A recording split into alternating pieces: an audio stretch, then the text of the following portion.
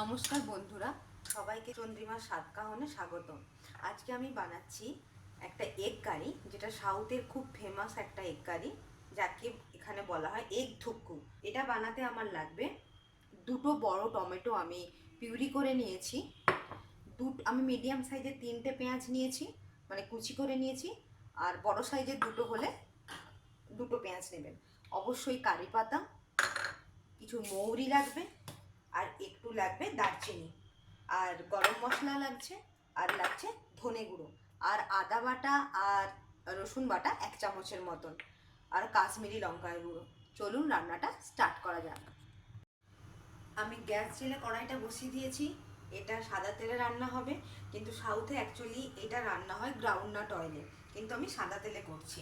এতে আপনারা 1 টেবিল চামচের মতন সাদা তেল দিয়ে দেবেন।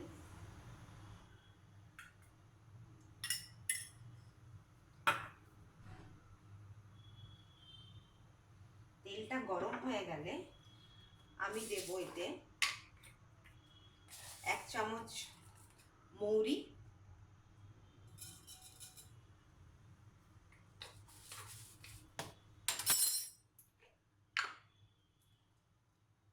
লাগছে এরকম সাইজের দুটো দারচিনি,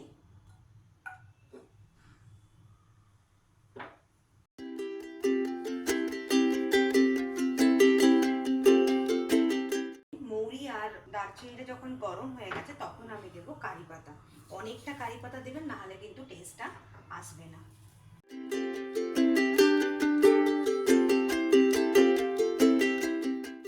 কারি পাতাটা দেবার পরে দেখবেন একটা খুব সুন্দর ফ্লেভার এসছে। আর দিচ্ছি, এটা একটু ঝাল ঝাল হয়, একটু কাঁচা লঙ্কা।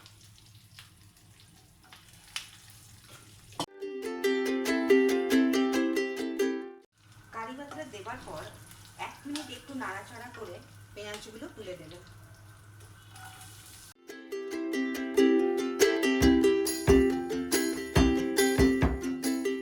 যখন পেঁয়াজটা একটু হালকা ব্রাউন হতে শুরু করবে তখনই আমি দেবো রসুন আর আদা বাটা। আমি একটু এতে নুন দিয়ে দিচ্ছি, তাহলে একটু চটজলদি ভাজাটা হবে।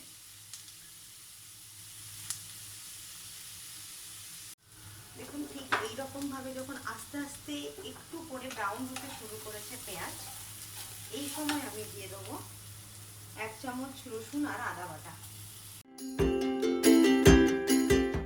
এটা একটু নাড়াচাড়া করে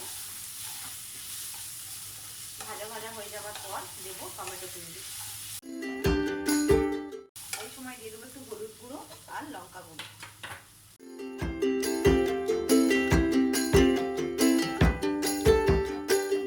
একটু 1/2 চামচ দিয়েছি আমি এমনি লঙ্কার গুঁড়ো, আর 1/2 চামচ দিচ্ছি আমি কাশ্মীরি লঙ্কার গুঁড়ো।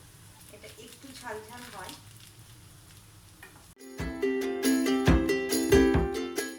এই সময় দিয়ে দেবো আমি গরম মশলা গুঁড়ো,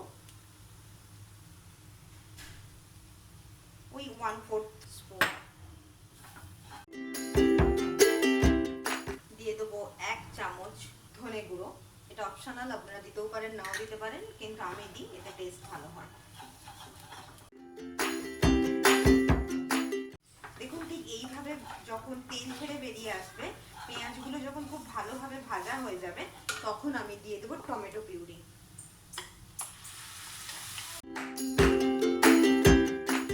এই রান্নাটা খুব ভালো, মানে একঘেয়েমি এগ কারি যে আমরা বানিয়ে থাকি তার থেকে টোটালি ডিফারেন্ট, এবং খুব ভালো হয়। এটা একবার বাড়িতে রান্না করে দেখুন, ভালো লাগলে অবশ্যই সবার সাথে শেয়ার করুন। এটা খুব খুব ডেলিশিয়াস একটা রান্না। এবার এটাকে আমি ভালো করে মশলাটা কষতে দেবো।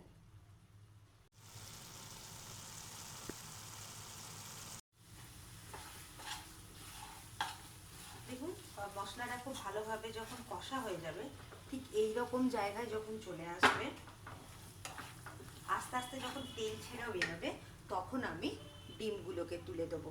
আমি ডিমগুলোকে 4টে ফালি করেছি, মানে প্রথমে 2টো ফালি, তারপর সেটাকে আরও 2টো ফালি। আপনারা 5টা থেকে 6টা ফালিও করতে পারেন।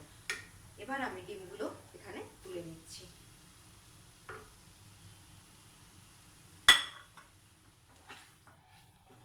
একটা নেড়ে নেবো ভালো করে, মানে মশলাটার সাথে ডিমগুলো ভালো করে মিশিয়ে নেব।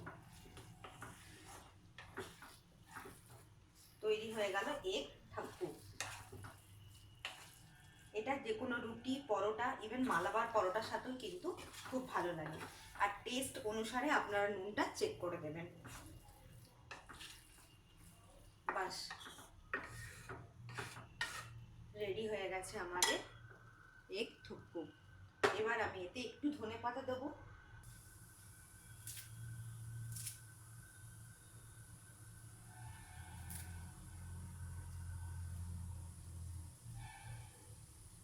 গ্যাসটা বন্ধ করে দিয়ে আমি 10 মিনিট এটাকে স্ট্যান্ডিং টাইমে দিয়ে তারপর আপনাদের সাথে আবার দেখা করছি।